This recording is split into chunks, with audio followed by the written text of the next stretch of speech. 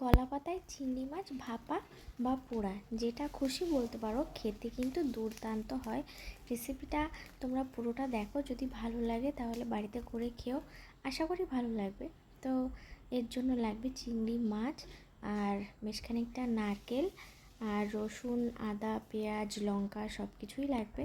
তো ভালো করে নারকেল আর চিংড়ি মাছটাকে এভাবে পেস্ট করে নিতে হবে। তারপরে তার সঙ্গে জিরে বাটা, আদা বাটা, লঙ্কা বাটা, লবণ, হলুদ এবং সর্ষের তেল দিয়ে ভালো করে মাখাতে হবে।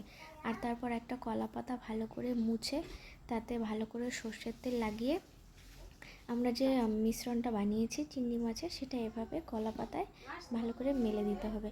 তারপরে গ্যাসের একটা চাটু, আমরা যে রুটি করি যে চাটুতে, সেই চাটুর উপর কলা পাতা বসিয়ে চাটুটাকে ভালো করে গরম করে তারপরে ভাপাতে বসাতে হবে।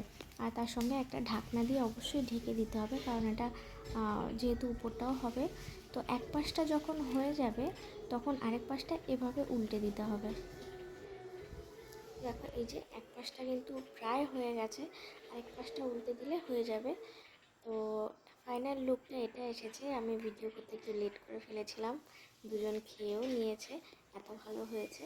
তো রেসিপিটা কেমন লাগলো অবশ্যই কিন্তু জানাবে।